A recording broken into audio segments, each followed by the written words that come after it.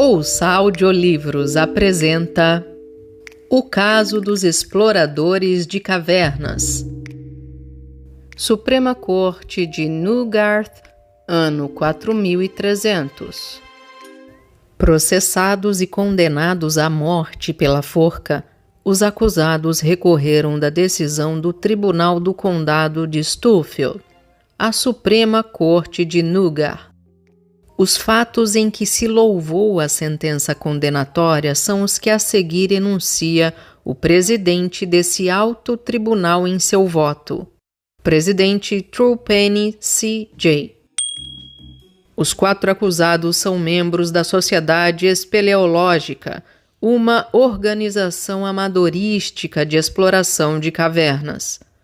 Em princípios de maio do ano de 4299, penetraram eles, em companhia de Roger Wetmore, à época também membro da sociedade, no interior de uma caverna de rocha calcária do tipo que se encontra no planalto central desta Commonwealth. Já bem distante da entrada da caverna, ocorreu um desmoronamento de terra.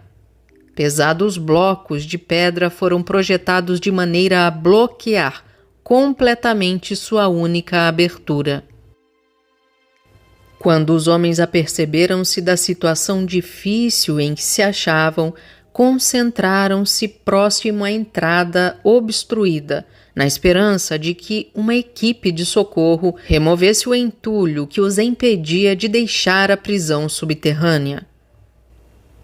Não voltando Wetmore e os acusados às suas casas, o secretário da sociedade foi notificado pelas famílias dos acusados.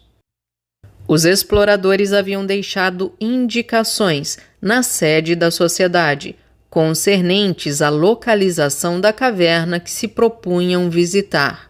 A equipe de socorro foi prontamente enviada ao local. A tarefa revelou-se extremamente difícil. Foi necessário suplementar as forças de resgate originais mediante repetidos acréscimos de homens e máquinas que tinham de ser transportados à remota e isolada região, o que demandava elevados gastos.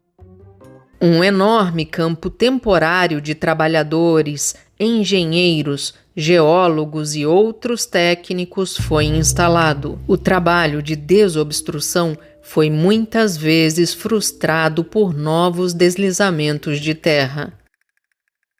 Em um destes, 10 operários contratados morreram.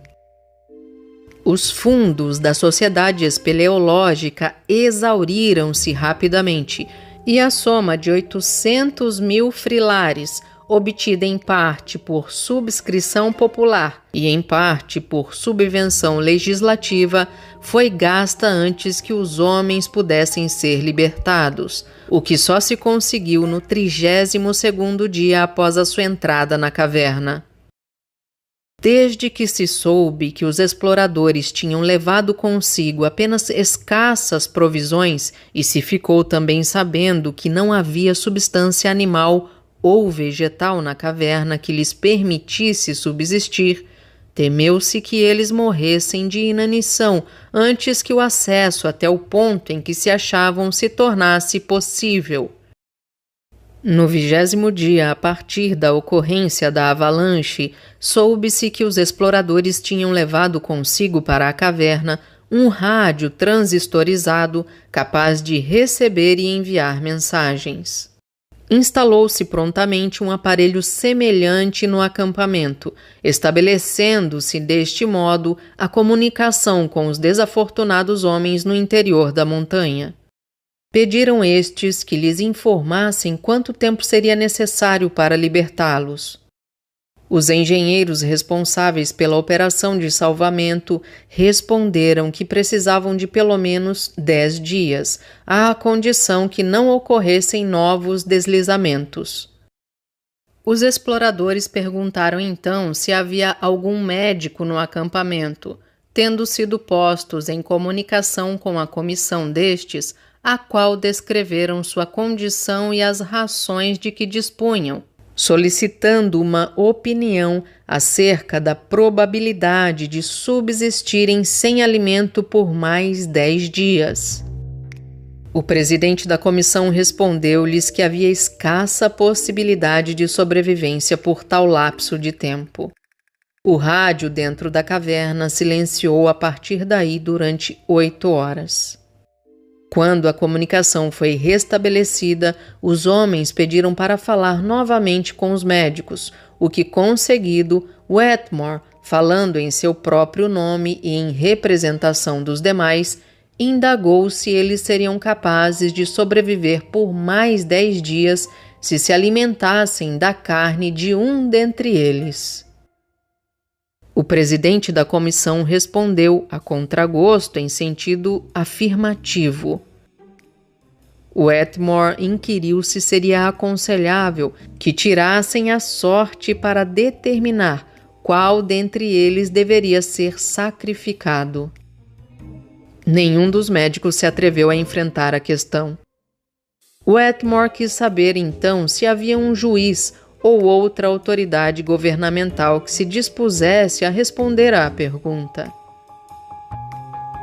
Nenhuma das pessoas integrantes da comissão de salvamento mostrou-se disposta a assumir o papel de conselheiro neste assunto. Wetmore insistiu se algum sacerdote poderia responder àquela interrogação, mas não se encontrou nenhum que quisesse fazê-lo. Depois disto, não se receberam mais mensagens de dentro da caverna, supondo-se, erroneamente como depois se evidenciou, que as pilhas do rádio dos exploradores tinham se descarregado. Quando os homens foram finalmente libertados, soube-se que no 23º dia após sua entrada na caverna, Wetmore tinha sido morto e servido de alimento a seus companheiros. Das declarações dos acusados, aceitas pelo júri, evidencia-se que Wetmore foi o primeiro a propor que buscassem alimento na carne de um dentre eles, sem o que a sobrevivência seria impossível. Foi também Wetmore quem primeiro propôs a forma de tirar a sorte, chamando a atenção dos acusados para um par de dados que casualmente trazia consigo. Os acusados inicialmente hesitaram a adotar um comportamento tão desatinado, mas, após o diálogo acima relatado, concordaram com o plano proposto. E depois de muita discussão com respeito aos problemas matemáticos que o caso suscitava, chegaram por fim a um acordo sobre o método a ser empregado para a solução do problema: os dados. Entretanto, antes que estes fossem lançados, Wetmore declarou que desistia do acordo, pois havia refletido e decidido esperar outra semana antes de adotar um expediente tão terrível e odioso. Os outros o acusaram de violação do acordo e procederam ao lançamento dos dados. Quando chegou a vez de Wetmore, um dos acusados atirou-os em seu lugar, ao mesmo tempo em que se lhe pediu para levantar quaisquer objeções quanto à correção do lanço. Ele declarou que não tinha objeções a fazer. Tendo-lhe sido adversa a sorte, foi então morto. Após o resgate dos acusados e depois de terem permanecido algum tempo em um hospital, onde foram submetidos a um tratamento para desnutrição e choque emocional, foram denunciados pelo homicídio de Roger Wetmore. No julgamento, depois de ter sido concluída a prova, o porta-voz dos jurados, de profissão advogado, perguntou ao juiz se os jurados podiam emitir um veredito especial, deixando ao juiz dizer se, em conformidade com os fatos provados, havia culpabilidade ou não dos réus. Depois de alguma discussão, tanto o representante do Ministério Público quanto o advogado defensor dos réus manifestaram sua concordância com tal procedimento, o qual foi aceito pelo juiz. Em um longo veredito especial, o juiz acolheu a prova dos fatos como acima a relatei, e ainda que com fundamento nos mesmos, os acusados fossem considerados culpados, deveriam ser condenados. Com base neste veredito, o juiz de primeira instância decidiu que os réus eram culpados do assassinato de Roger Wetmore. Em consequência, sentenciou-os à forca, não lhe permitindo a lei nenhuma discrição com respeito à pena a ser imposta. Dissolvido o júri, seus membros enviaram uma petição conjunta ao chefe do Poder Executivo, pedindo que a sentença fosse comutada em prisão de 6 meses. O juiz de primeira instância endereçou uma petição similar à mesma autoridade. Até o momento, porém, nada resolveu o Executivo, aparentemente esperando pela nossa decisão no presente recurso. Parece-me que, decidindo este extraordinário caso, o júri e o juiz de primeira instância seguiram um caminho que era não somente correto e sábio, mas, além disto, o único que lhes restava aberto em face dos dispositivos legais. O texto da nossa lei é bem conhecido. Quem quer que intencionalmente prive a outrem da vida será punido com a morte. Este dispositivo legal não permite nenhuma exceção aplicável à espécie, embora a nossa simpatia nos incline a ter em consideração a trágica situação em que esses homens foram envolvidos. Em um caso dessa natureza, o princípio da clemência executiva parece admiravelmente apropriado para mitigar os rigores da lei, razão por que proponho aos meus colegas que sigamos o exemplo do júri e do juiz de primeira instância, solidarizando-nos com as petições que enviaram ao chefe do Poder Executivo. Há razão de sobejo para acreditar que estes requerimentos de clemência serão deferidos, vindo como vem daqueles que estudaram o caso e tiveram a oportunidade de familiarizar-se cabalmente com todos os seus aspectos. É atualmente improvável que o chefe do Poder Executivo denegue estas solicitações, a menos que ele próprio fosse realizar investigações pelo menos tão extensas como aquelas efetuadas em primeira instância, que duraram 3 meses. A realização de tais investigações, que de fato equivaleriam a um novo julgamento do caso, seria dificilmente compatível com a função do Executivo, como é normalmente concebida. Penso que podemos, portanto, presumir que alguma forma de clemência será concedida aos acusados. Se isto for feito, será realizada a justiça sem debilitar a letra ou o espírito da nossa lei e sem propiciar qualquer encorajamento à sua transgressão.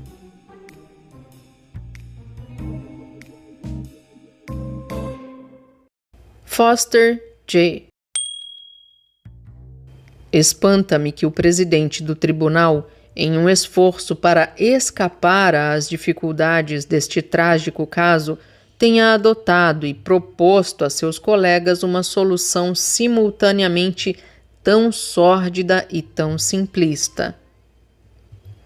Eu acredito que há algo mais do que o destino destes desafortunados exploradores em juízo neste caso. Encontra-se em julgamento a própria lei desta comunidade. Se este tribunal declara que estes homens cometeram um crime, nossa lei será condenada no tribunal do senso comum.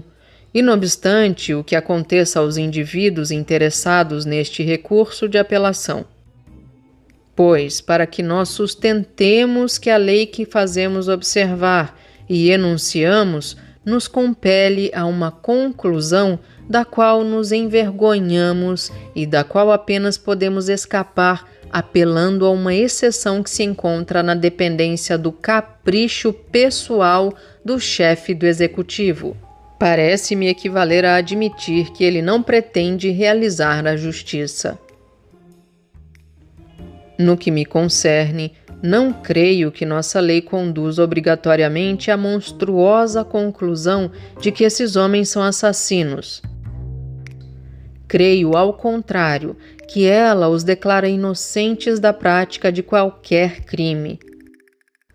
Fundamenta-se a conclusão sobre duas premissas independentes, cada uma das quais é por si própria suficiente para justificar a absolvição dos acusados. A primeira, é certo, é suscetível de oposição, enquanto não for considerada de modo imparcial. Afirmo que o nosso direito positivo, incluindo todas as suas disposições legisladas e todos seus precedentes, é inaplicável a este caso e que este se encontra regido pelo que os antigos escritores da Europa e da América chamavam a lei da natureza, direito natural. Funda-se este entendimento na proposição de que o nosso direito positivo pressupõe a possibilidade da coexistência dos homens em sociedade, surgindo uma nova situação que torne a coexistência impossível. A partir de então, a condição que se encontra subjacente a todos os nossos precedentes e disposições legisladas cessou de existir. Desaparecendo esta condição, minha opinião é de que a coercibilidade do nosso direito positivo desaparece com ela. Nós não estamos habituados a aplicar a máxima cessant rationis legis, cessat et ipsa lex ao conjunto do nosso ordenamento jurídico, mas creio que este é um caso em que esta máxima deve ser aplicada. A proposição segundo a qual todo o direito positivo fundamenta-se na possibilidade de coexistência dos homens parece insólita, não porque a verdade que ela contém seja estranha, mas simplesmente em razão de que se trata de uma verdade tão óbvia e tão abrangente que raramente temos a ocasião de expressá-la em palavras. À semelhança do ar que respiramos, ela penetra de tal modo a nossa vida que nos esquecemos de sua existência até que dela somos subitamente privados. Quaisquer que sejam os objetivos buscados pelos vários ramos do nosso direito, mostra-nos a reflexão que todos eles estão voltados no sentido de facilitar e de melhorar a coexistência dos homens, e de regular com justiça e equidade as relações resultantes de sua vida em comum. Quando a suposição de que os homens podem viver em comum deixa de ser verdadeira, como obviamente sucedeu nesta extraordinária situação em que a conservação da vida apenas tornou-se possível pela privação da vida, as premissas básicas subjacentes a toda a nossa ordem jurídica perderam seu significado e sua coercibilidade. Se os trágicos acontecimentos deste caso tivessem tido lugar a 1 milha dos nossos limites territoriais, ninguém pretenderia que nossa lei lhes fosse aplicada. Reconhecemos que a jurisdição tem base territorial. As razões desse princípio não são de nenhum modo óbvias e raramente são examinadas. Penso que esse princípio baseia-se na suposição de que só é possível impor-se uma única ordem jurídica a um grupo de homens se eles vivem juntos dentro dos limites de uma dada área da superfície da Terra. A premissa segundo a qual os homens devem coexistir em um grupo encontra-se, portanto, à base do princípio territorial, bem como de todo o direito. Pois bem, eu sustento que um caso pode ser subtraído da esfera da abrangência coercitiva de uma ordem jurídica tanto por razões de ordem moral quanto por razões de ordem geográfica. Atentando aos propósitos do direito e do governo, e às premissas subjacentes a nosso direito positivo, concluímos que estes homens, quando tomaram sua trágica decisão, estavam tão distantes de nossa ordem jurídica como se estivessem a 1000 milhas além de nossas fronteiras. Mesmo em um sentido físico, sua prisão subterrânea estava separada dos nossos tribunais e dos nossos oficiais de justiça por uma sólida cortina de rocha, que só pôde ser removida depois dos maiores dispêndios de tempo e de esforço. Concluo, portanto, que no momento em que Roger Wetmore foi morto pelos réus, eles se encontravam não em um estado de sociedade civil, mas em um estado natural, como se diria na singular linguagem dos autores do século XIX. A consequência disto é que a lei que lhes é aplicável não é a nossa, tal como foi sancionada e estabelecida, mas aquela apropriada à sua condição. Não hesito em dizer que, segundo este princípio, eles não são culpados de qualquer crime. O que estes homens fizeram realizou-se em cumprimento de um contrato aceito por todos e proposto em primeiro lugar pela própria vítima. Desde o momento em que se evidenciou que a situação extraordinariamente difícil em que se achavam tornava-se inaplicável os princípios usuais à regulação das relações entre os homens, tornou-se necessário para eles elaborar, por assim dizer, uma nova constituição apropriada à sua peculiar situação. Tem sido reconhecido desde a antiguidade que o princípio fundamental do direito ou governo deve ser encontrado na noção do contrato ou convênio.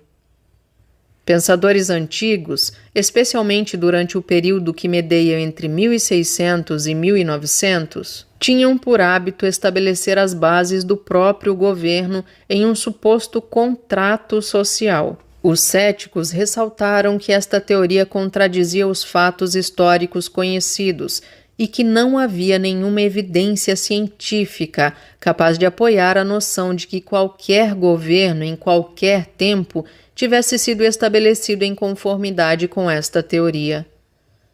Os moralistas replicaram que, se o contrato era uma ficção do ponto de vista histórico, esta noção fornecia a única justificação ética sobre que os poderes do governo, inclusive aquele de privar da vida, podia ser fundado. Os poderes do governo só podem ser justificados moralmente tendo como razão de ser a circunstância de que homens razoáveis por-se-iam de acordo e os aceitariam se vissem frente à necessidade de construir novamente alguma ordem capaz de tornar possível a vida em comum. Felizmente, porém, as perplexidades que assediavam os antigos não atingem nosso país. É fato historicamente comprovado que nosso governo foi fundado mediante um contrato livremente assentido. A prova arqueológica é conclusiva, no sentido de que no período subsequente à Grande Espiral, os sobreviventes da hecatombe voluntariamente reuniram-se e redigiram uma carta política.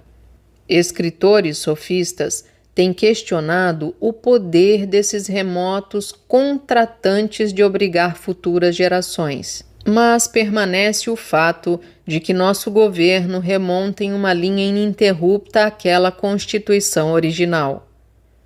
Se, portanto, nossos verdugos têm o poder de pôr fim à vida dos homens, se nossos oficiais de justiça têm o poder de determinar o despejo dos locatários em mora, se nossa polícia tem o poder de encarcerar o pândego embriagado, estes poderes encontram sua justificação moral naquele contrato originário celebrado pelos nossos antepassados.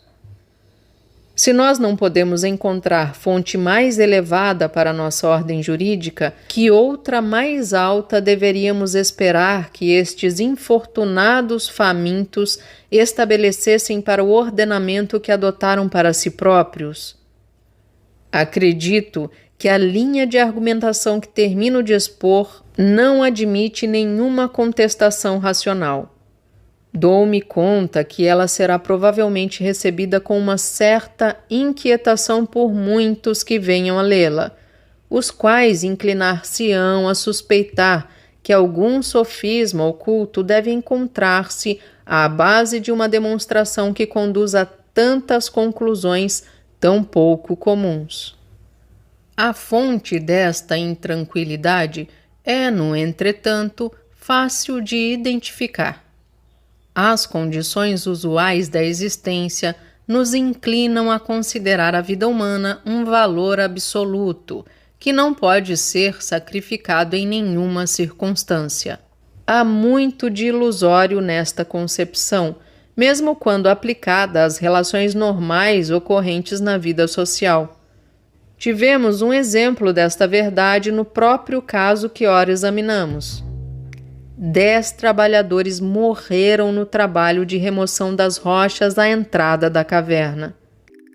Não sabiam os engenheiros e os funcionários públicos que dirigiam a operação de salvamento que os esforços que estavam empreendendo eram perigosos e envolviam um sério risco para as vidas dos trabalhadores que os estavam executando?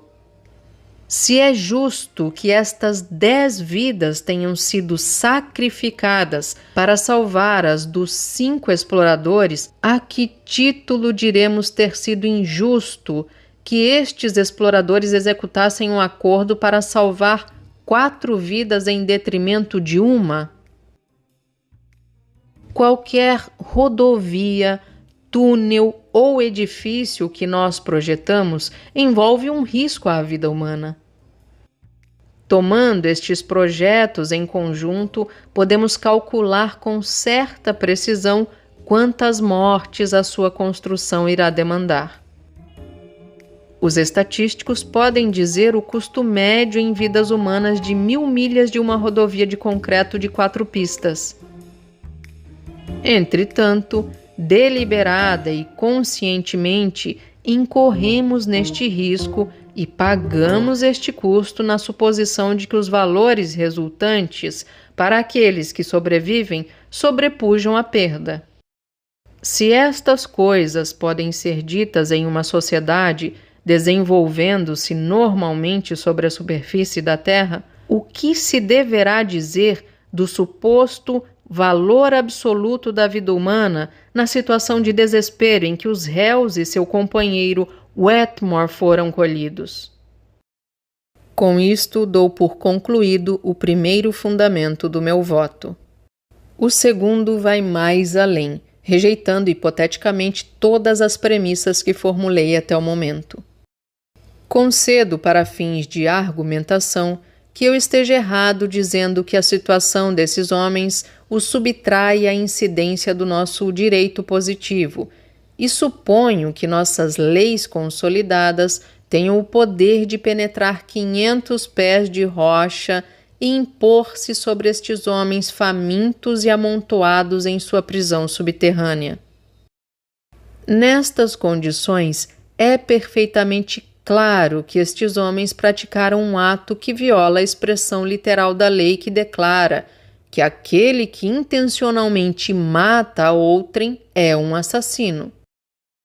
Mas um dos mais antigos aforismas da sabedoria jurídica ensina que um homem pode infringir a letra da lei sem violar a própria lei. Toda proposição de direito positivo, quer contida em uma lei ou em um precedente, deve ser interpretada de modo racional, segundo seu propósito evidente. Isto é uma verdade tão elementar que é, a rigor, desnecessário alongar-me a este respeito. Os exemplos de sua aplicação são inumeráveis e se encontram em todos os setores do ordenamento jurídico.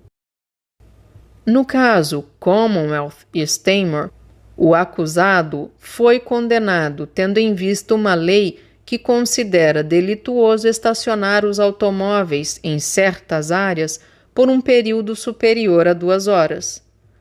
O réu tinha tentado retirar o seu carro, mas foi impedido de fazê-lo porque as ruas encontravam-se obstruídas por uma demonstração política, na qual ele não tomava parte, nem pudera prever.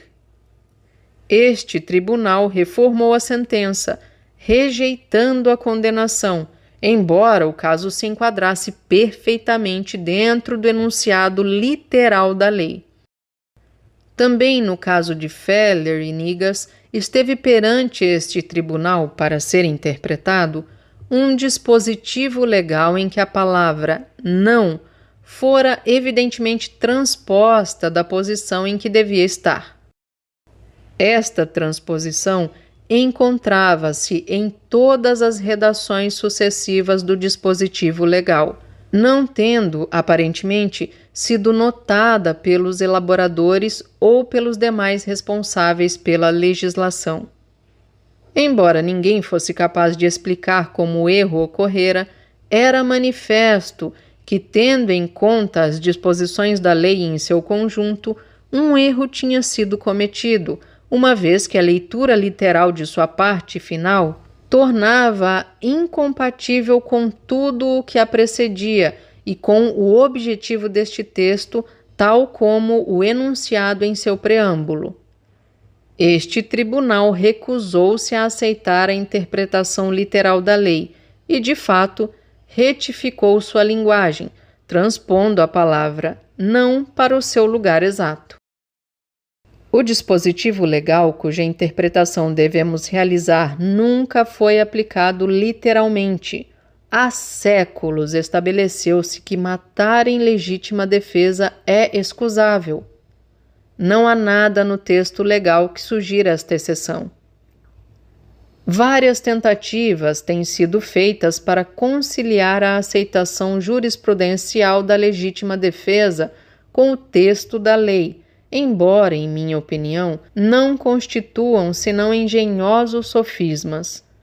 A verdade é que a exceção em favor da legítima defesa não é conciliável com as palavras da lei, mas somente com seu propósito. A verdadeira conciliação da excludente da culpabilidade em razão da legítima defesa com o dispositivo legal segundo o qual constitui crime matar a outrem deve ser encontrada na seguinte linha de raciocínio. Um dos principais objetivos subjacentes a qualquer legislação penal é o de dissuadir os homens da prática do crime. Ora, é evidente que se a lei tivesse declarado que o assassinato em legítima defesa constitui crime, tal regra não poderia atuar de maneira preventiva. Um homem cuja vida é ameaçada repelirá seu agressor, não importa o que diga a lei. Atentando, pois, para os objetivos principais da legislação penal, podemos seguramente declarar que esta lei não se destinava a ser aplicada nos casos de legítima defesa. Quando o fundamento lógico da excludente da legítima defesa é assim explicado, torna-se evidente que precisamente a mesma razão é aplicável ao caso sub judice.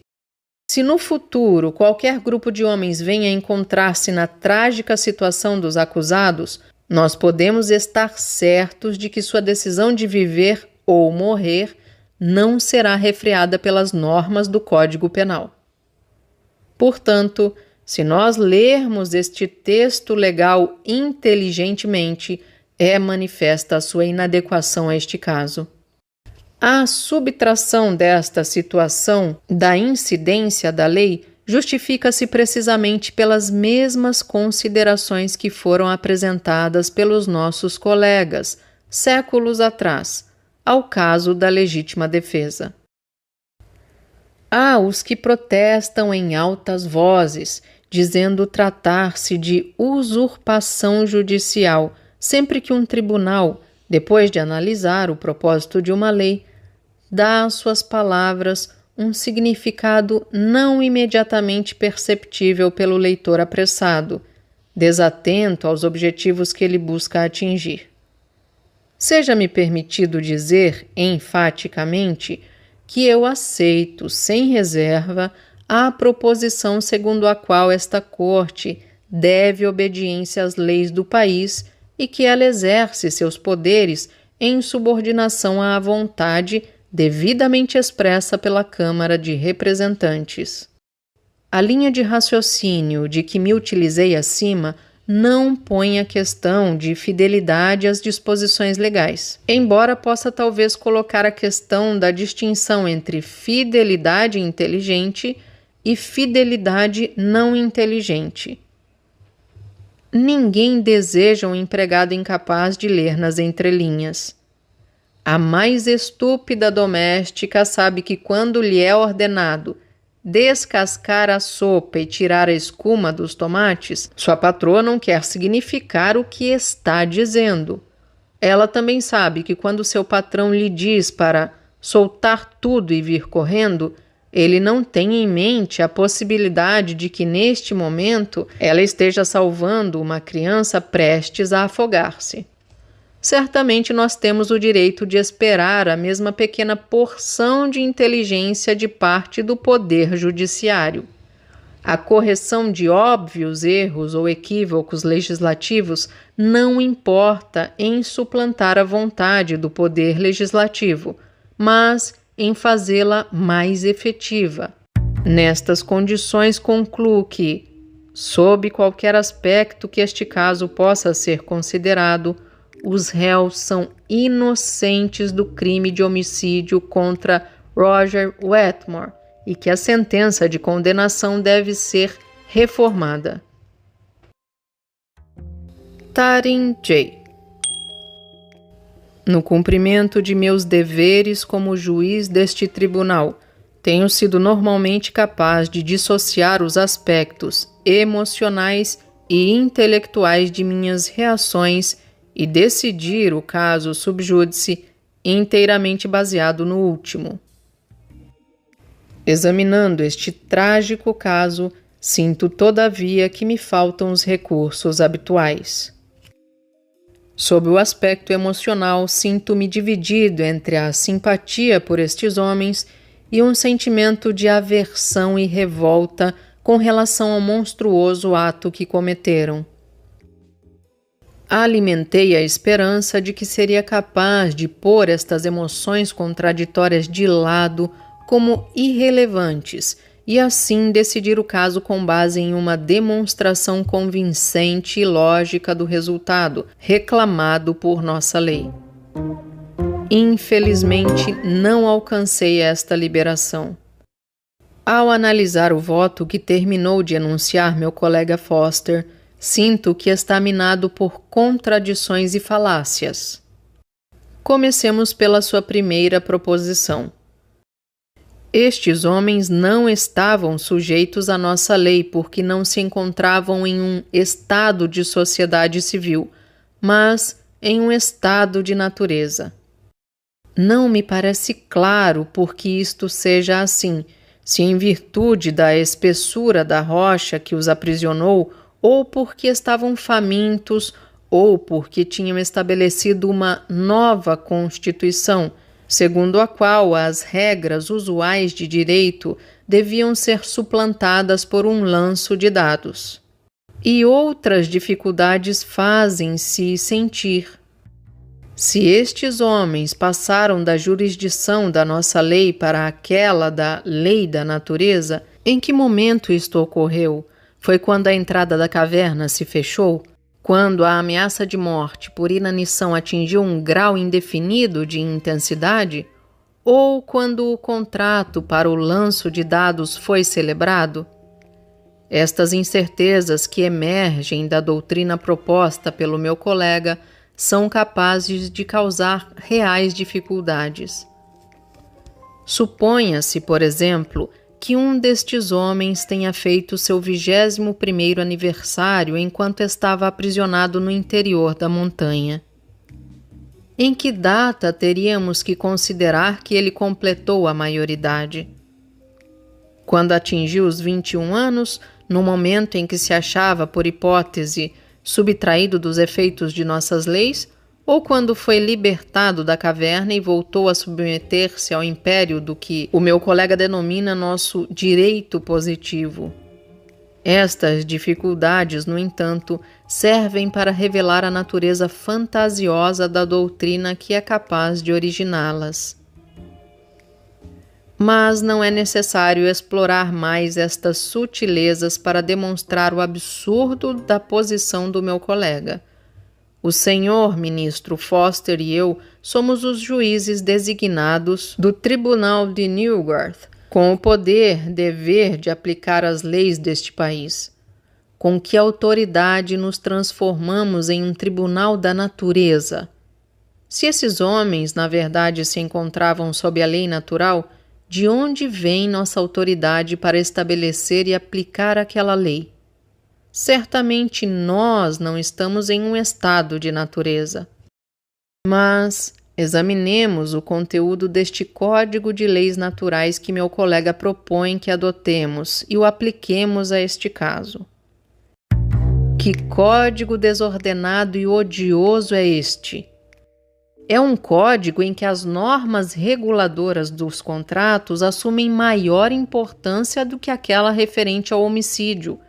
É um código segundo o qual um homem pode estabelecer um contrato válido, conferindo poderes a seus semelhantes de comer seu próprio corpo. Além disso, segundo os seus dispositivos, uma vez feito, tal contrato é irrevogável e se uma das partes tenta rescindi-lo, as outras podem tomar a lei em suas próprias mãos e executá-lo pela força. Pois, embora meu colega não refira por conveniência o efeito da rescisão unilateral do contrato feita por Wetmore, esta é uma inferência necessária de sua argumentação.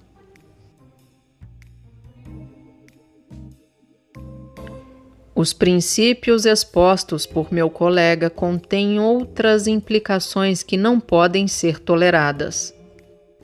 Meu colega argumenta que quando os acusados lançaram-se sobre o Wetmore e o mataram, nós não sabemos como, talvez golpeando-o com pedras, eles estavam somente exercitando o direito que lhes fora conferido pelo contrato.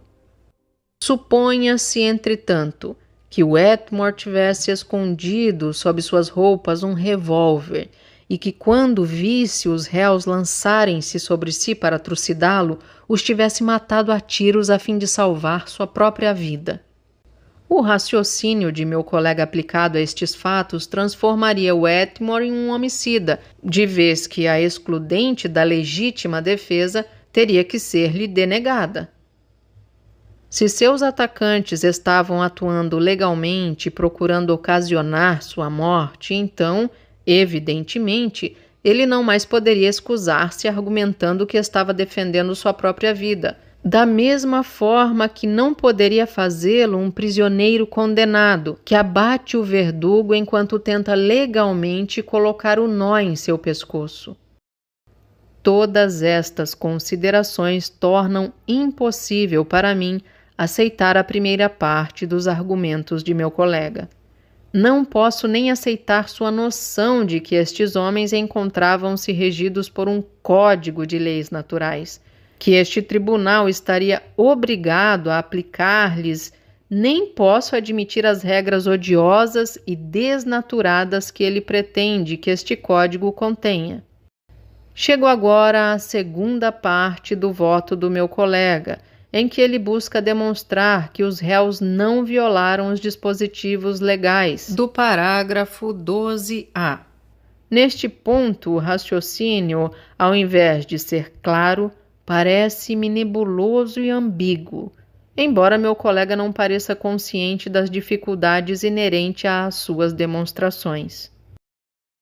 A essência da argumentação de meu colega pode ser enunciada nos seguintes termos: nenhuma lei, qualquer que seja seu texto, deveria ser aplicada de modo a contradizer seu propósito. Um dos objetivos de qualquer norma penal é a prevenção. A aplicação da lei, qualificando como crime matar a outrem, neste caso peculiar, contradiria seu propósito, pois é impossível crer que os dispositivos do Código Penal pudessem atuar de maneira preventiva relativamente a homens colocados em face da alternativa de viver ou morrer. O raciocínio segundo o qual esta exceção é encontrada na lei é, segundo observa o meu colega, o mesmo que conduz à admissibilidade da excludente da legítima defesa. À primeira vista, esta demonstração parece bastante convincente.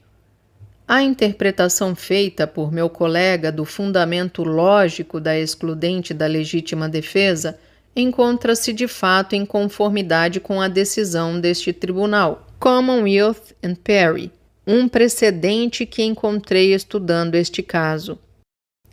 Embora o caso de Commonwealth e Perry pareça ter sido geralmente omitido nos textos e decisões subsequentes, encontra-se sem dúvida alguma de acordo com a interpretação que meu colega deu à excludente da legítima defesa.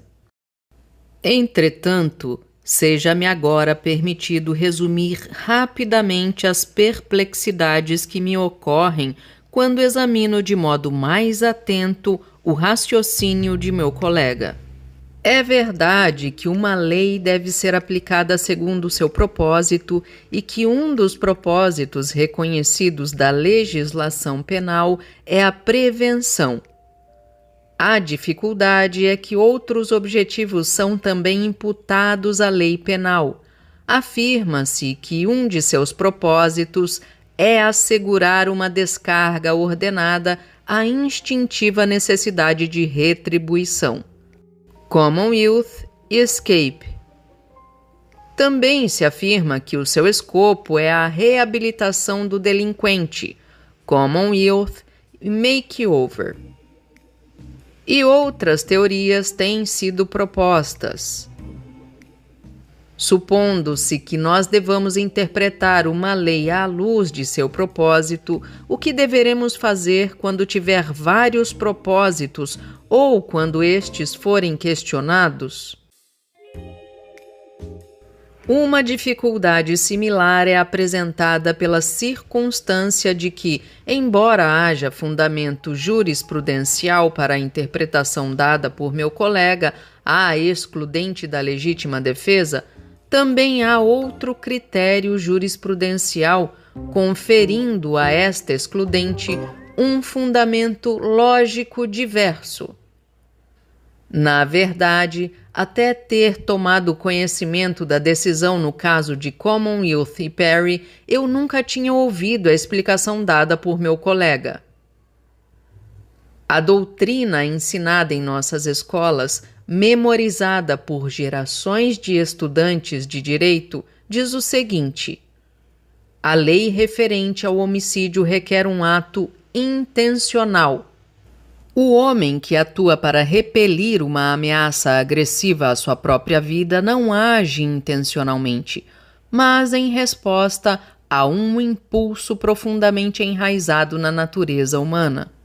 Suponho que dificilmente exista um jurista neste país que não seja familiarizado com esta linha de raciocínio, especialmente porque este é um dos pontos preferidos nos exames visando o exercício da advocacia. Mas a explicação familiar para a excludente da legítima defesa que terminei de expor, obviamente não pode ser aplicada por analogia aos fatos deste caso.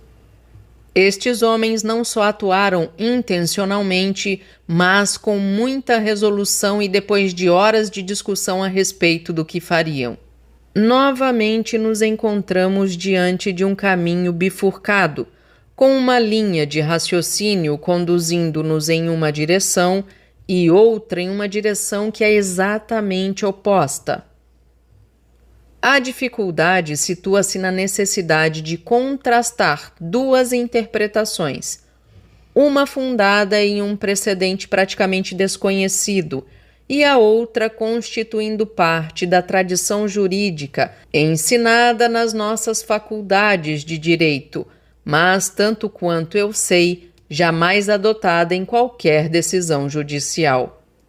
Reconheço a relevância dos precedentes citados por meu colega, concernentes ao não deslocado e ao acusado que estacionou além do tempo legal permitido. Mas o que faremos com os marcos da nossa jurisprudência sobre que meu colega novamente silencia? Tal é o caso de Commonwealth e Valding. Embora o caso esteja um tanto obscuramente transcrito, nele evidencia-se que o acusado foi processado pelo furto de um pão e ofereceu como defesa a circunstância de que se encontrava em uma condição próxima da morte por inanição. O tribunal recusou-se a aceitar esta defesa. Se a fome não pode justificar o furto de um alimento natural e saudável, como pode ela justificar que se assassine e se devore um homem?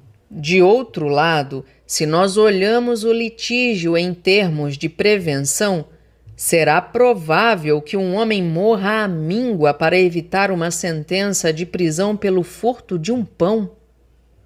As demonstrações de meu colega nos compeliram a decidir em sentido contrário ao disposto no caso de Commonwealth e Valding e dos muitos outros precedentes construídos a partir deste caso. Ademais, tenho dificuldade em afirmar que nenhum efeito preventivo poderia ser atribuído a uma decisão segundo a qual estes homens fossem julgados culpados de homicídio.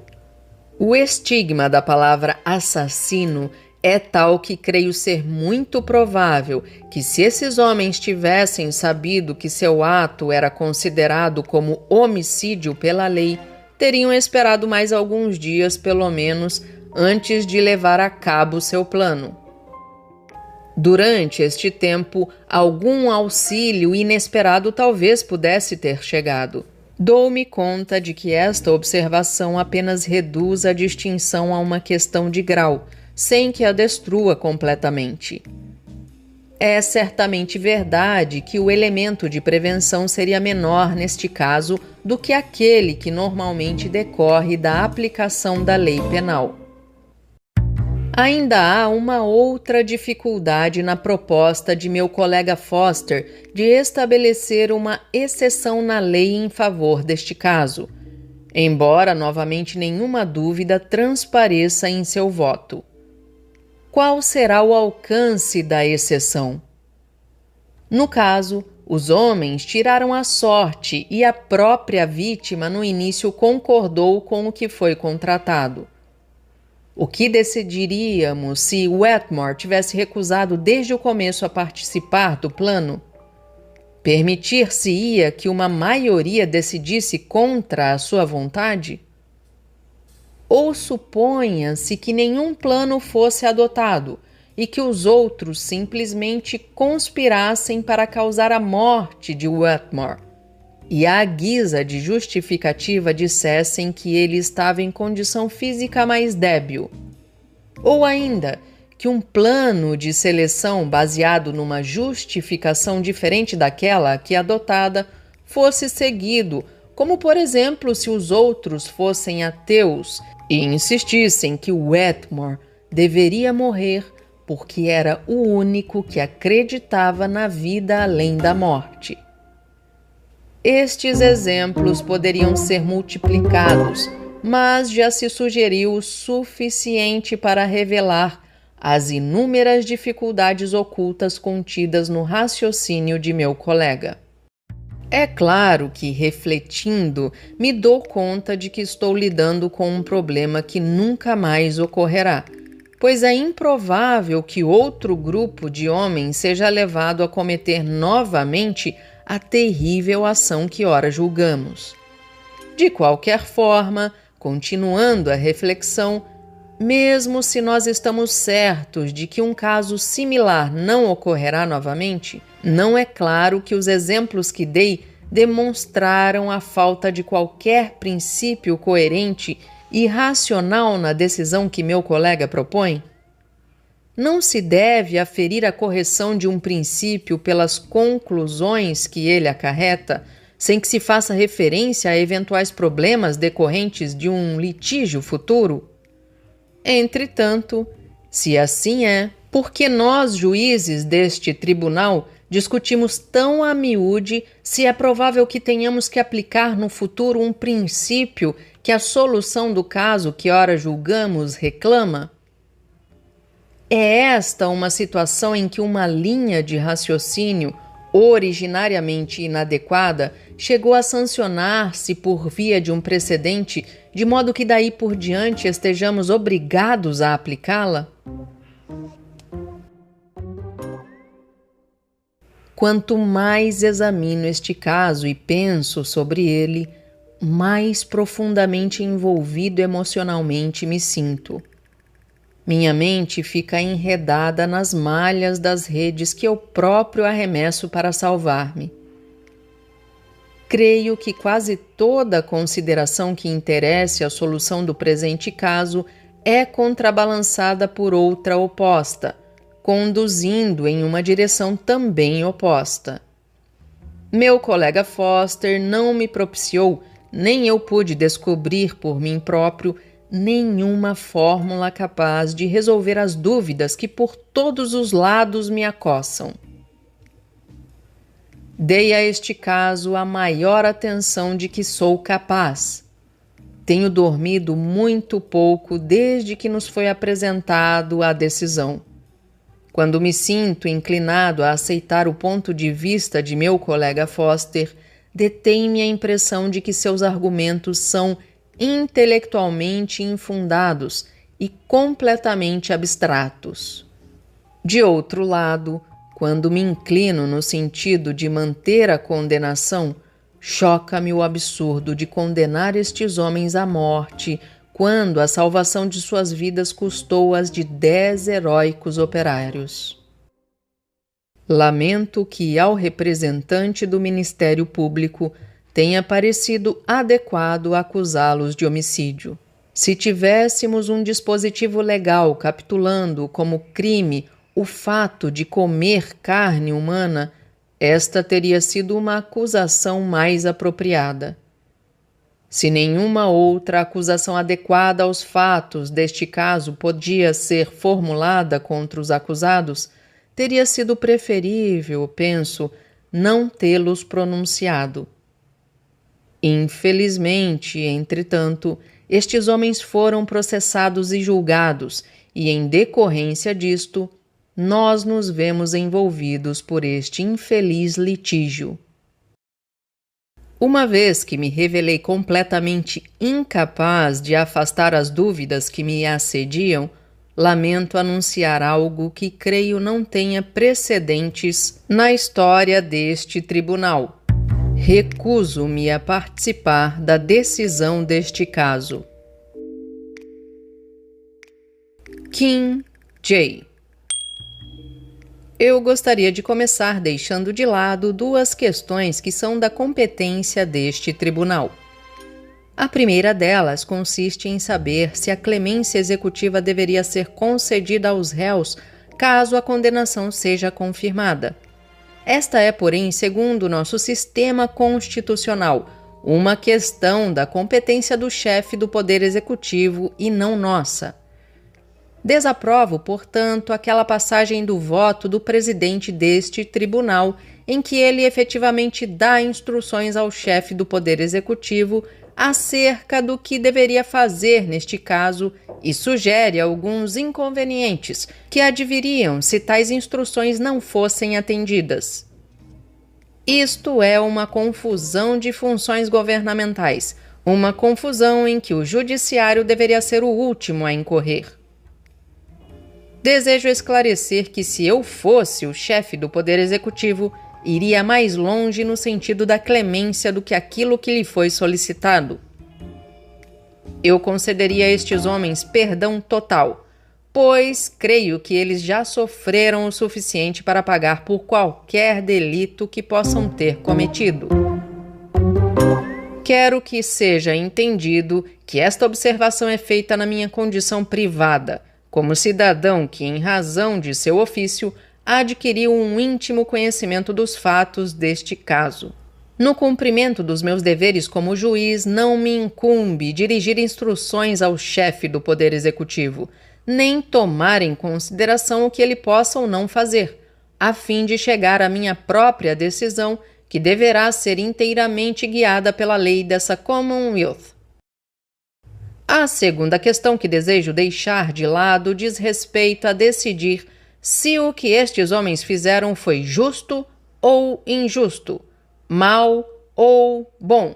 Esta é uma outra questão irrelevante ao cumprimento de minha função, pois, como juiz, jurei aplicar não minhas concepções de moralidade, mas o direito deste país. Pondo esta questão de lado, penso que posso também excluir sem comentários a primeira e mais poética porção do voto do meu colega Foster. O elemento de fantasia contidos nos argumentos por ele desenvolvidos revelou-se de maneira flagrante na tentativa um tanto solene do meu colega Tatin de encará-lo seriamente. A única questão que se nos apresenta para ser decidida consiste em saber se os réus, dentro do significado da lei, privaram intencionalmente da vida de Roger Wetmore. O texto exato da lei é o seguinte: quem quer que intencionalmente prive a outrem da vida será punido com a morte. Devo supor que qualquer observador imparcial que queira extrair destas palavras o seu significado natural, concederá imediatamente que os réus privaram intencionalmente da vida a Roger Wetmore. De onde, pois, surgem as dificuldades do caso e a necessidade de tantas páginas de discussão a respeito do que deveria ser tão óbvio? As dificuldades, qualquer que seja a forma angustiada por que se apresentem, todas convergem a uma única fonte. Consiste na indistinção dos aspectos legais e dos morais do presente litígio. Para dizê-lo claramente, meus colegas não apreciam o fato de exigir a lei escrita a condenação dos acusados. Também a mim isto não causa prazer, mas a diferença de meus colegas, eu respeito as obrigações de um cargo que requer se deixem as predileções pessoais de lado, ao interpretar e aplicar a lei deste país. Todavia, naturalmente, meu colega Foster não admite que ele seja motivado por uma aversão pessoal à lei escrita. Ao contrário, ele desenvolve uma linha de argumento familiar, de acordo com a qual o tribunal pode desrespeitar o enunciado de uma lei quando algo nela não contido, denominado seu propósito, pode ser empregado para justificar o resultado que o tribunal considera adequado. Tendo em vista que se trata de uma longa controvérsia que há muito entretemos, meu colega e eu gostaria, antes de discutir a aplicação particular deste ponto de vista aos fatos do presente litígio, de dizer algo acerca do fundo histórico deste controvertido tema, bem como de suas aplicações relativamente ao direito e ao governo em geral. Tempo houve neste país em que os juízes efetivamente legislaram livremente e todos nós sabemos que durante esse período algumas de nossas leis foram praticamente reelaboradas pelo Poder Judiciário. Isto ocorreu em um momento em que os princípios aceitos pela ciência política não designavam de maneira segura a hierarquia e a função dos vários poderes do Estado. Todos conhecemos a trágica consequência desta indistinção através da breve guerra civil que resultou do conflito entre o poder judiciário de um lado e os poderes executivo e legislativo de outro. Não há necessidade de enumerar novamente aqui os fatores que contribuíram para esta malsinada luta pelo poder, embora seja sabido que entre eles se incluíam o caráter pouco representativo da Câmara, resultante de uma divisão do país em distritos eleitorais que não mais correspondiam à real distribuição da população, bem como à forte personalidade e à vasta popularidade daquele que era então o presidente do tribunal. É suficiente observar que aqueles dias passaram e que, em lugar da incerteza que então reinava, nós agora temos um princípio bem determinado, consistente na supremacia do ramo legislativo do nosso governo. Desse princípio decorre a obrigação do Poder Judiciário de aplicar fielmente a lei escrita e de interpretá-la de acordo com seu significado evidente, sem referência a nossos desejos pessoais ou a nossas concepções individuais da justiça. Não me cabe indagar se o princípio que proíbe a revisão judicial das leis é certo ou errado, desejado ou indesejado. Observo simplesmente que este princípio tornou-se uma premissa tácita subjacente a toda a ordem jurídica que jurei aplicar. No entanto, embora o princípio da supremacia do poder legislativo tenha sido aceito em teoria durante séculos, tão grande é a tenacidade da tradição profissional e da força dos hábitos de pensamento estabelecidos que muitos juízes ainda não se adaptaram ao papel restrito que a nova ordem lhes impõe. Meu colega Foster pertence a este grupo. Sua maneira de lidar com as leis é exatamente aquela de um juiz vivendo no século 40. Nós estamos familiarizados com o processo segundo o qual se realiza a reforma dos dispositivos legais que desagradam aos juízes. Qualquer um que tenha seguido os votos escritos do ministro Foster terá a oportunidade de ver sua utilização em qualquer setor do direito. Pessoalmente, estou tão habituado com o processo que, se meu colega se encontrasse eventualmente impedido, estou certo de que poderia escrever um voto satisfatório em seu lugar sem qualquer sugestão sua, bastando conhecer se lhe agradaria ou não o efeito da lei a ser aplicada ao caso em questão. O processo de revisão requer 3 etapas. A primeira delas consiste em adivinhar algum propósito único ao qual serve a lei, embora nenhuma lei em uma centena tenha um propósito único e embora os objetivos de quase todas as leis sejam diferentemente interpretados pelos diferentes grupos nelas interessados.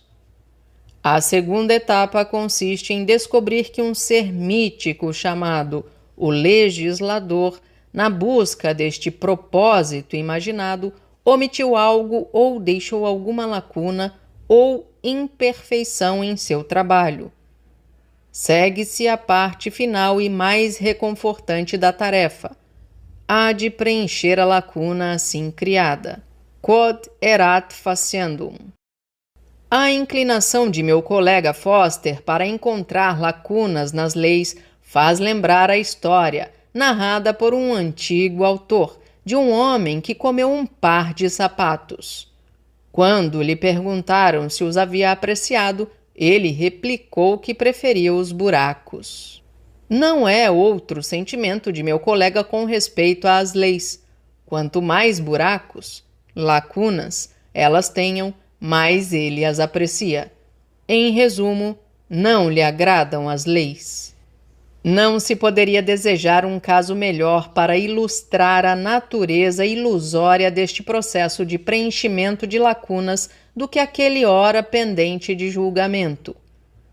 Meu colega pensa que sabe exatamente o que se buscou ao declarar-se o assassinato um crime. Segundo ele, seria algo que se denomina prevenção. Meu colega Tatin já mostrou quanto é omissa esta interpretação, mas penso que a dificuldade jaz mais profundamente. Duvido muito que nossa lei qualificando o assassinato como crime tenha realmente um propósito em qualquer sentido ordinário desta palavra. Antes de mais nada, Tal lei reflete uma convicção humana profundamente arraigada, segundo a qual o assassinato é injusto e que algo deve ser feito ao homem que o comete. Se nós fôssemos forçados a ser mais explícitos acerca do problema, provavelmente nos refugiaríamos nas mais sofisticadas teorias dos criminologistas, as quais, por certo, não se encontravam na mente dos nossos legisladores. Nós poderíamos também observar que os homens executariam seu trabalho de maneira mais eficaz e viveriam mais felizes se fossem protegidos contra a ameaça de agressão violenta. Tendo em mente que as vítimas de homicídios são frequentemente pessoas desagradáveis, nós poderíamos ajuntar a sugestão de que a eliminação de pessoas indesejáveis não deva ser uma função apropriada à iniciativa privada, mas, ao revés, constituir um monopólio estatal. Tudo isto lembra-me um advogado que, certa ocasião, argumentou perante este tribunal que uma lei sobre o exercício da medicina era uma boa coisa, porque levaria à diminuição dos prêmios de seguro de vida, eis que elevaria o nível geral de saúde. Há quem pretenda que o óbvio deve ser explicado.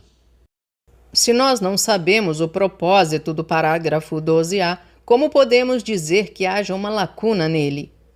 Como podemos nós saber o que pensaram seus elaboradores acerca da questão de matar homens para comê-los? Meu colega Tatin revelou uma repulsão compreensível, embora talvez um tanto exagerada, relativamente ao canibalismo.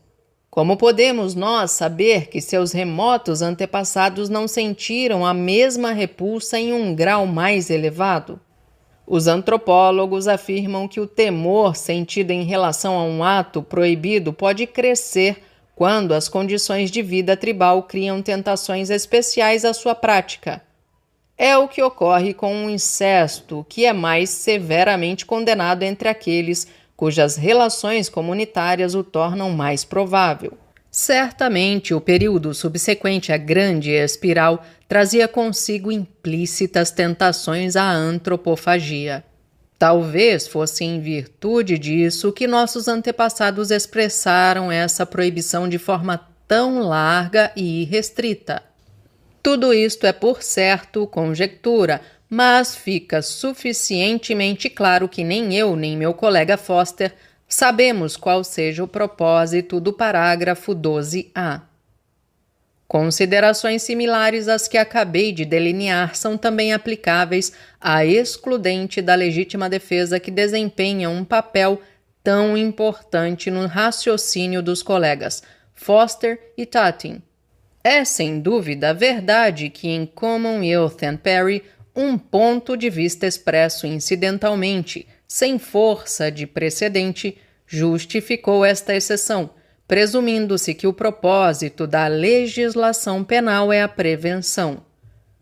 Também pode ser verdade que se tenha ensinado a várias gerações de estudantes que a verdadeira explicação da excludente reside na circunstância segundo a qual um homem que atua em legítima defesa não age intencionalmente, e que os mesmos estudantes tenham sido considerados habilitados ao exercício da advocacia, repetindo o que os seus professores lhes ensinaram. Naturalmente, pude rejeitar essas últimas observações como irrelevantes pela simples razão que os professores e examinadores ainda não têm delegação de poderes para elaborar nossas leis. Mas, insisto, o problema real é mais profundo. Tanto no que se refere à lei, como no que respeita à exceção, a questão não está no suposto propósito da lei, mas no seu alcance. No que concerne à extensão da legítima defesa, tal como tem sido aplicada por este tribunal, a situação é clara. Ela se aplica aos casos de resistência a uma ameaça agressiva à própria vida de uma pessoa. É, portanto, bastante claro que este caso não se situa no âmbito da exceção, posto que é evidente que Wetmore não fez nenhuma ameaça contra a vida dos réus. O caráter essencialmente ardiloso da tentativa do meu colega Foster de encobrir sua reformulação da lei escrita com uma aparência de legitimidade mostra-se tragicamente no voto de meu colega Tatin.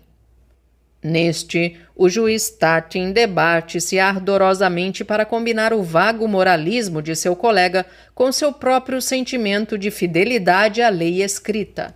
O resultado dessa luta não podia ser outro senão o que ocorreu: um completo fracasso no desempenho da função judicial.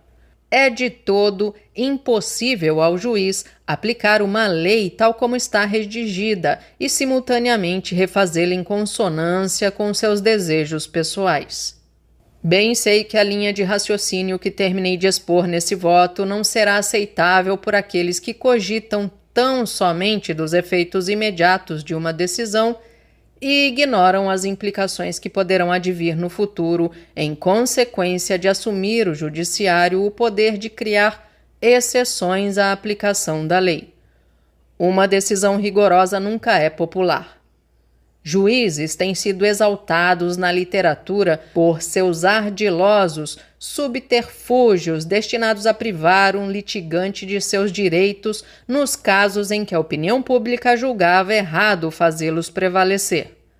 Mas eu acredito que a exceção ao cumprimento das leis, levada a efeito pelo Poder Judiciário, faz mais mal a longo prazo do que as decisões rigorosas.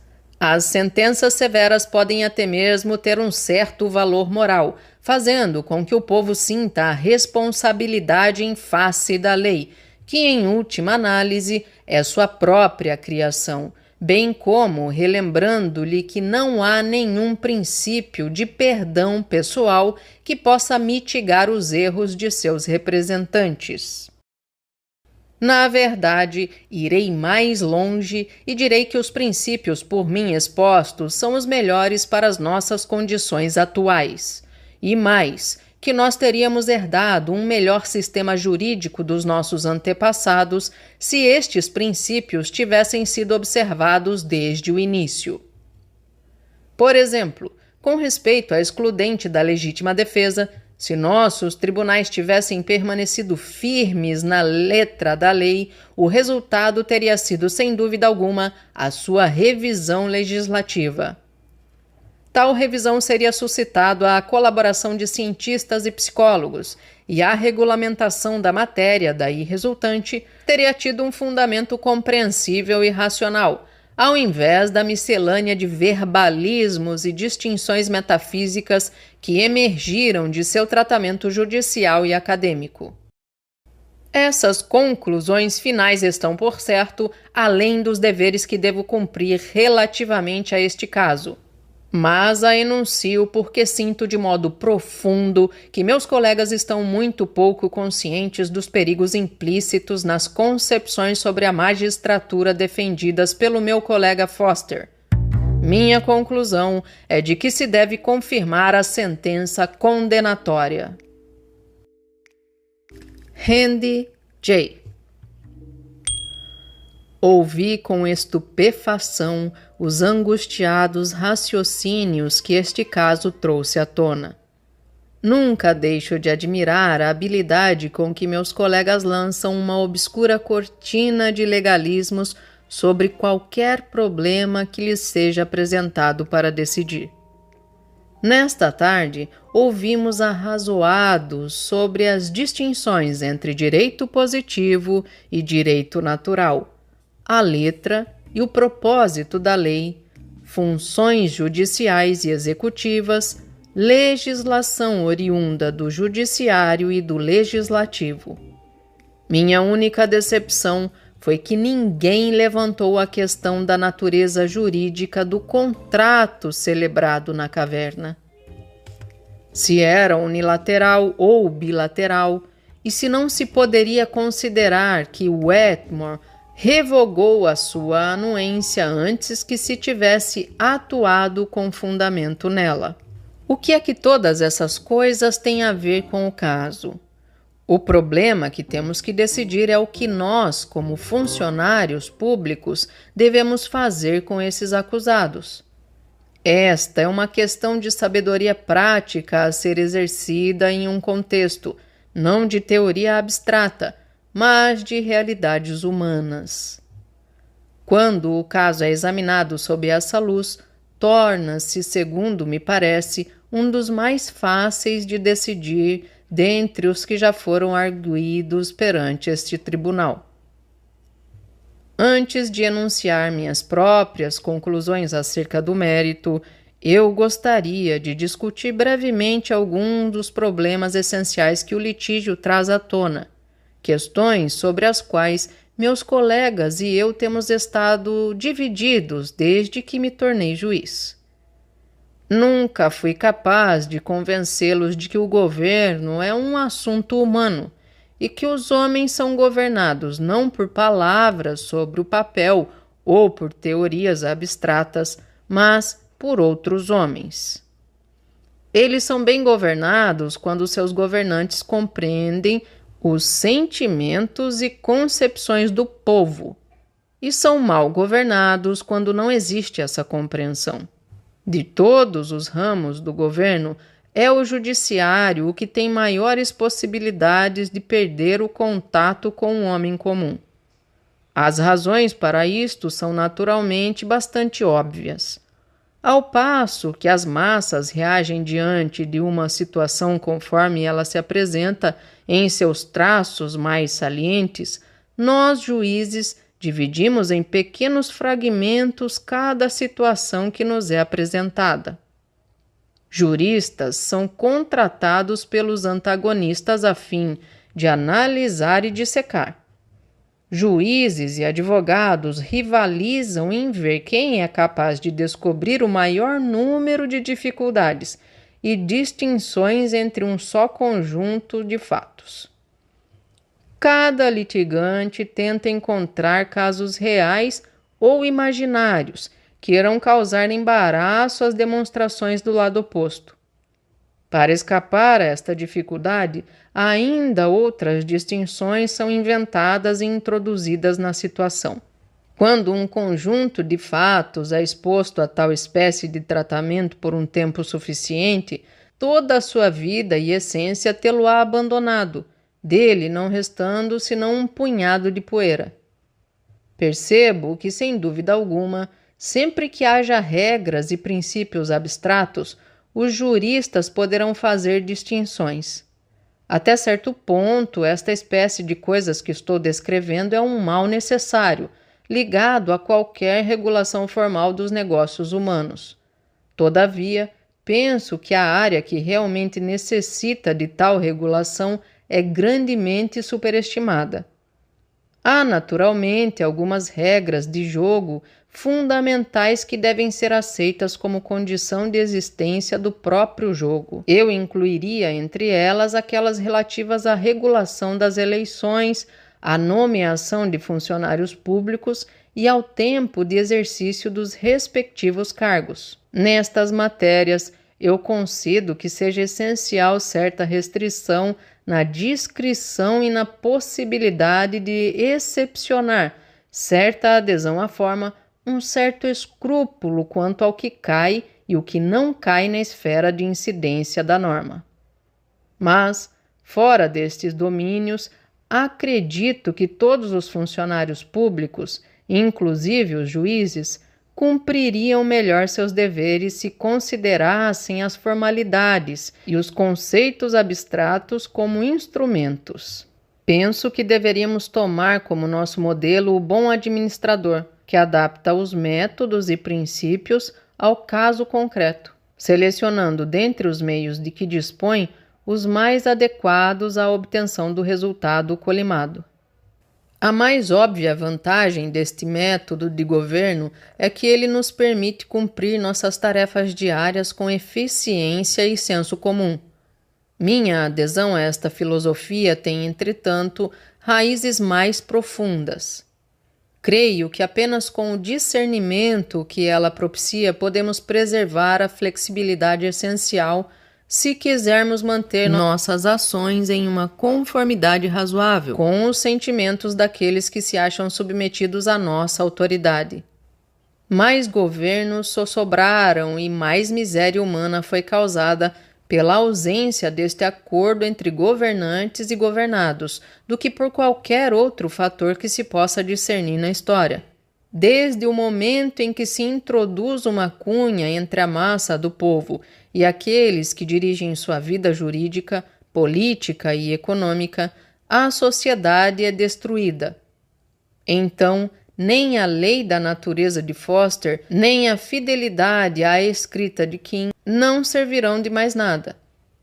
Aplicando estas concepções ao caso sub júdice, sua decisão se torna, conforme referi, bastante fácil.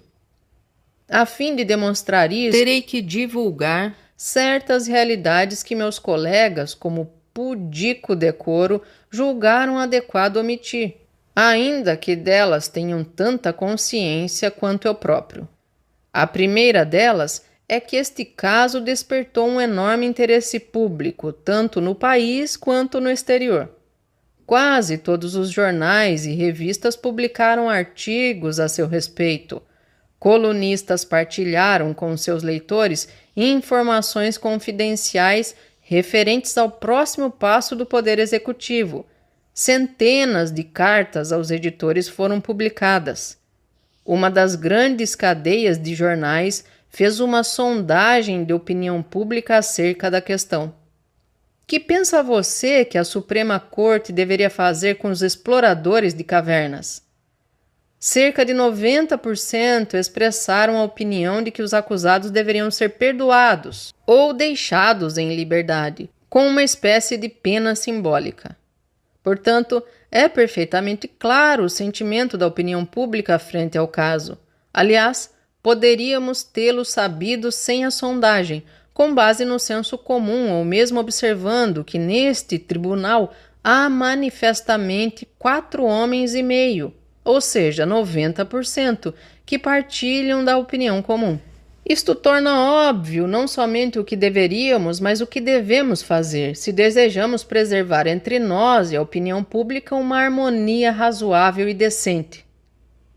O fato de declararmos estes homens inocentes não nos envolve em nenhum subterfúgio ou ardil pouco digno.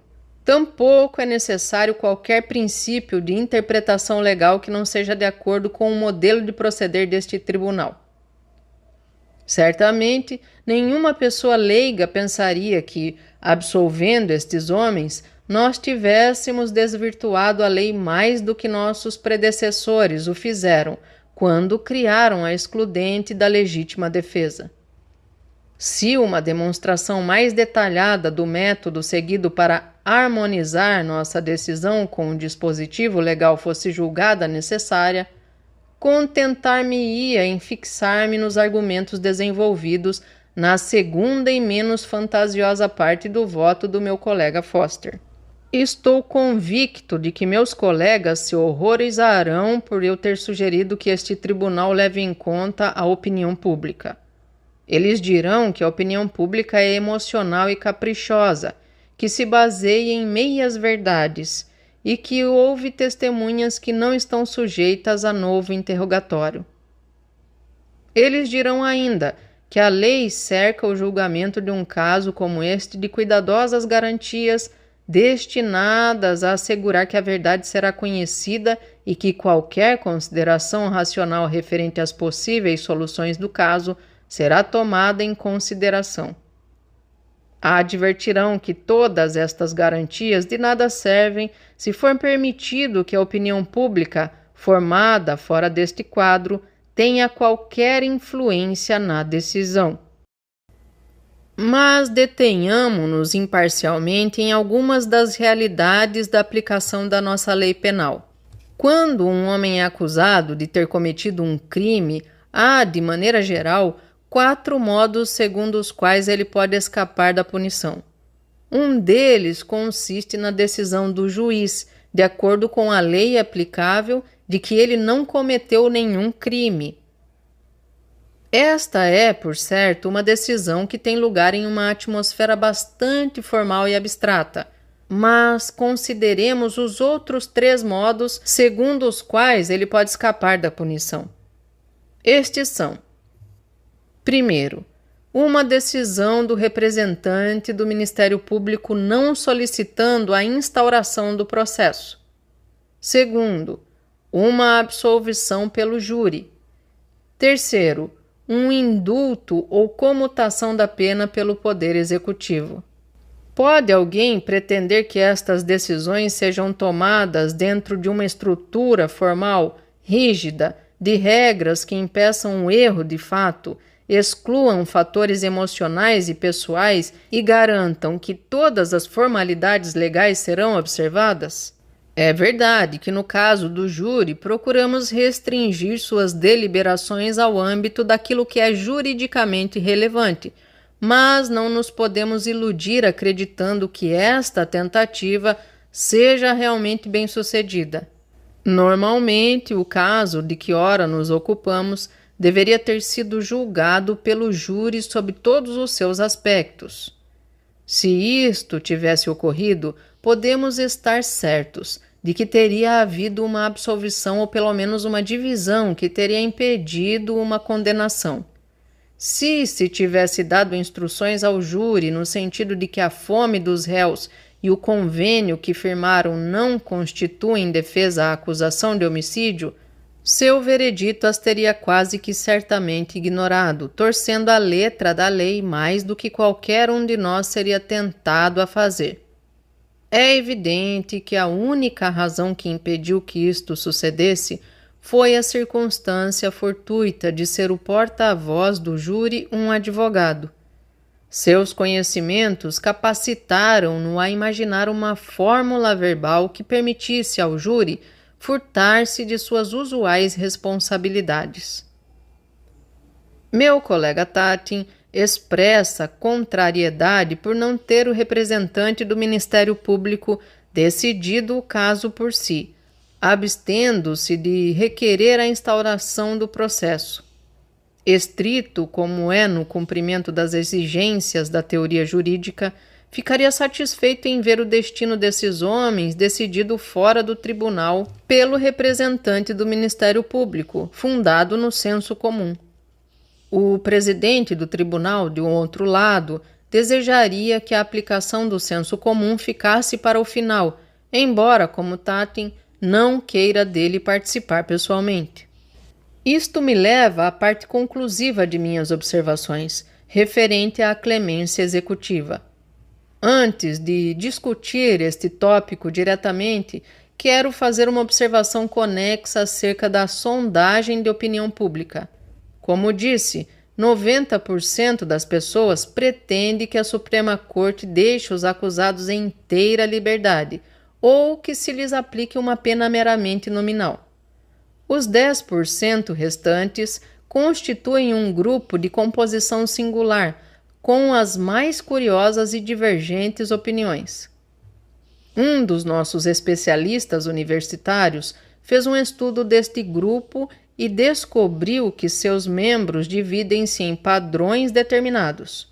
Uma porção substancial deles é assinante de excêntricos jornais de circulação limitada, os quais deram aos seus leitores uma versão distorcida dos fatos em causa. Alguns pensam que espeleólogo significa canibal e que a antropofagia constitui um princípio adotado pela sociedade. Mas o ponto sobre que desejo chamar a atenção é este. Embora quase todas as variedades e matizes de opiniões concebíveis estivessem representadas neste grupo, não havia, tanto quanto sei, ninguém nele, nem no grupo majoritário dos 90%, que dissesse: penso que seria de bom alvitre que os tribunais condenassem estes homens à forca e que, em seguida, outro poder do Estado os absolvesse.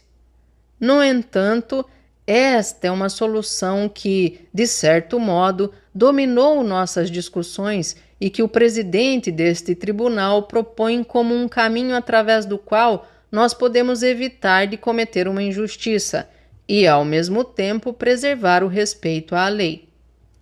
Pode o senhor presidente estar certo de que, se ele está preservando a moral de alguém, esta não é senão sua própria e não a do público, que nada sabe a respeito das distinções por ele empregadas. Menciono este problema porque desejo enfatizar mais uma vez o perigo de nos perdermos nos esquemas de nosso próprio pensamento e esquecer que estes esquemas frequentemente não projetam a mais tênue sombra sobre o mundo exterior. Agora chego ao ponto mais decisivo deste caso.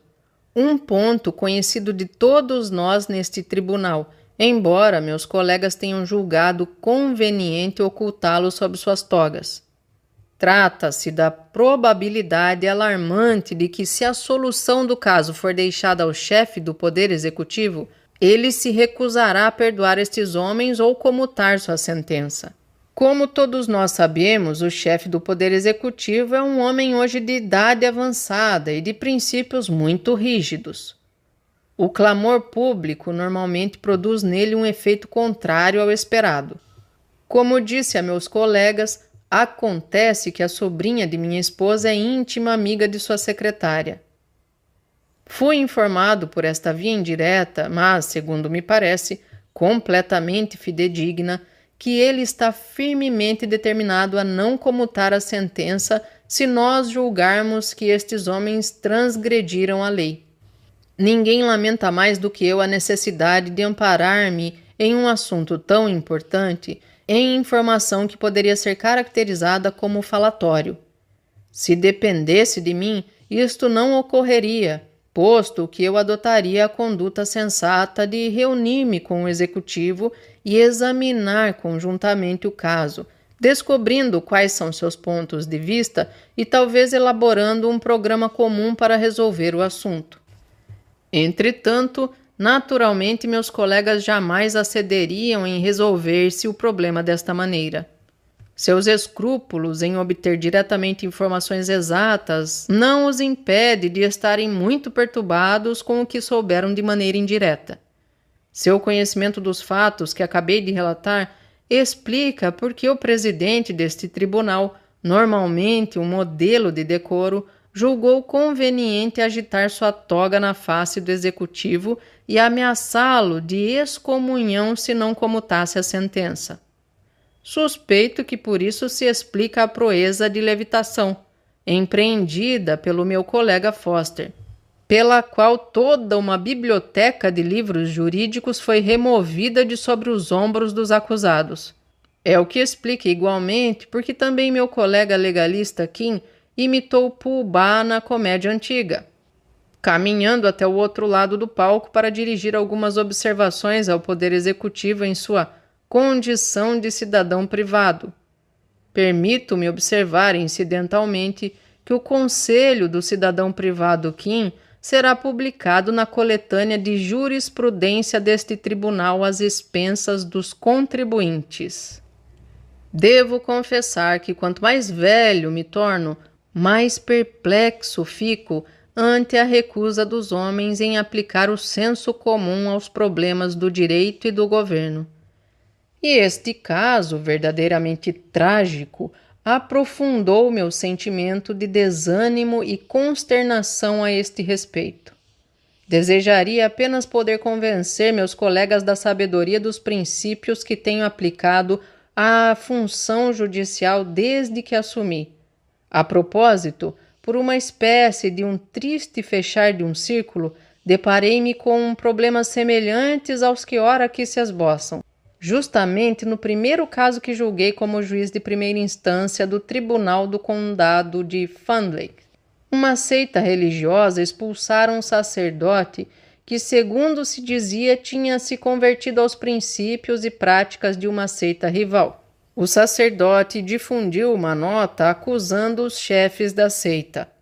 Certos membros leigos dessa igreja anunciaram uma reunião pública em que se propunham explicar a posição da mesma. O sacerdote assumiu a reunião. Alguns afirmaram ter se ele introduzido furtivamente, utilizando-se de um disfarce. O sacerdote declarou em seu testemunho que tinha entrado normalmente como um membro do culto.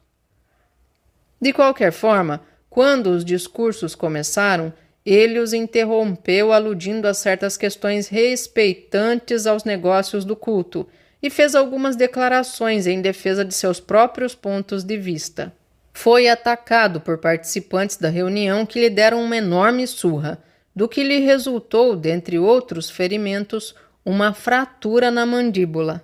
O sacerdote intentou uma ação de indenização contra a associação patrocinadora da reunião e 10 indivíduos que alegava terem sido seus agressores.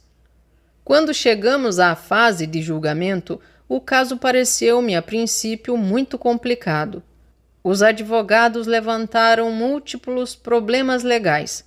Havia difíceis questões concernentes à admissão da prova e relativamente à demanda contra a associação. Alguns problemas girando em torno da questão de saber se o sacerdote havia se insinuado ilicitamente na reunião ou se havia recebido autorização para dela participar. Como noviço na magistratura, sentia-me impaciente por aplicar meus conhecimentos adquiridos na faculdade e logo comecei a estudar estas questões atentamente, lendo todas as fontes mais autorizadas e preparando considerandos bem fundamentados. À medida que estudava o caso, envolvia-me progressivamente mais em suas perplexidades jurídicas, tendo chegado a aproximar-me de um estado semelhante àquele de meu colega Tati neste caso. Subitamente, porém, apercebi-me claramente de que todas estas intrincadas questões realmente nada tinham a ver com a questão, e comecei a examiná-la à luz do senso comum. Imediatamente o litígio ganhou uma nova perspectiva e dei-me conta de que a única coisa que me incumbia fazer era absorver os acusados por falta de provas. Cheguei a esta conclusão pelas seguintes considerações. O conflito em que o autor fora ferido tinha sido muito confuso, com algumas pessoas tentando chegar ao centro do tumulto, enquanto outras procuravam afastar-se dele. Algumas golpeando o sacerdote, ao passo que outras aparentemente tentando protegê-lo. Teriam sido necessárias algumas semanas para apurar a verdade. Decidi então que nenhuma mandíbula fraturada era tão importante para a Commonwealth. Os ferimentos do sacerdote, seja dito de passagem, tinham se curado neste meio tempo, sem que o desfigurassem e sem qualquer diminuição de suas faculdades normais. Ademais, convenci-me profundamente de que o autor tinha, em larga medida, dado causa ao conflito. Ele sabia quão inflamadas estavam as paixões e podia facilmente ter encontrado outro lugar para exprimir seus pontos de vista. Minha decisão foi amplamente aprovada pela imprensa e pela opinião pública, as quais não podiam tolerar as concepções e práticas que o sacerdote expulso tentava defender. Agora, depois de 30 anos, graças a um ambicioso representante do Ministério Público e a um porta-voz do júri legalista, encontro-me diante de um caso que suscita problemas que, no fundo, são muito semelhantes àqueles contidos no litígio que terminei de expor. O mundo não parece mudar muito, mas desta vez não se trata de um julgamento por 500 ou 600 frilares, e sim da vida ou morte de 4 homens que já sofreram mais tormento e humilhação do que a maioria de nós suportaria em 1000 anos. Concluo que os réus são inocentes da prática do crime que constitui objeto da acusação e que a sentença deve ser reformada. Tatin J. O presidente do tribunal perguntou-me se depois dos 2 votos que acabam de ser enunciados, eu desejaria reexaminar a posição que assumi anteriormente. Quero expressar que depois de ouvi-los, sinto-me bastante fortalecido em minha convicção de que não devo participar do julgamento. Ocorrendo destarte empate na decisão, foi a sentença condenatória do Tribunal de Primeira Instância confirmada, e determinou-se que a execução da sentença tivesse lugar às 6 horas da manhã da sexta-feira, dia 2 de abril do ano de 4300, ocasião em que o verdugo público procederia com toda a diligência até que os acusados morressem na forca.